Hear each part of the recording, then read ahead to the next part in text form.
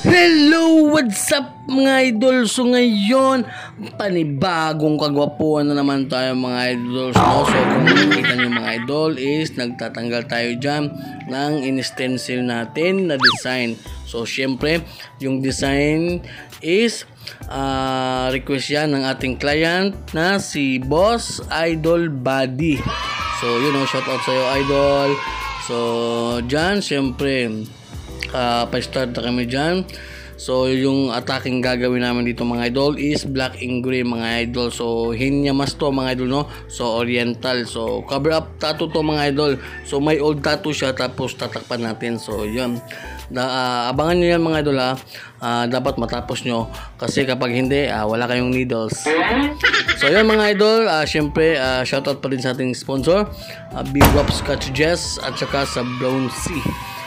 At hindi naman mawawala yung ating mga shoutout.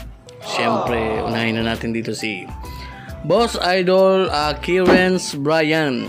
Pa-shoutout naman dyan, idol. Shoutout na kita, idol Kierens Brian.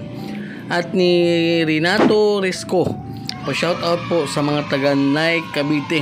So, shoutout sa lahat ng taga Naik Cavite. At lalo na ni Idol Renato Risco. Shoutout, idol. At ni Mark Sanders Sinining, shout out ko diha dol Shanara Tattoo from San Remigio, Cebu. Shout out sa lahat ng taga San Remigio, Cebu. At sa lalo na ni Zanara Tattoo. So patuloy lang tayo idol sa pagtatato. So shout out Mark Sanders Sinining. So yun lang muna yung ating shout out. At abangan nyo ulit yung iba pang shoutout sa next video mga idol. So yun, balik tayo sa ating tatuan. So dyan, nag-highlights na tayo. So dalawang size lang na needles ginamit natin dito mga idol, no? 5RL at saka 11RM. So yun na yung dalawa. So yun, no? Si Boss Idol Buddy. So shoutout sa'yo Buddy. At natapos na tayo dyan, cover up tattoo.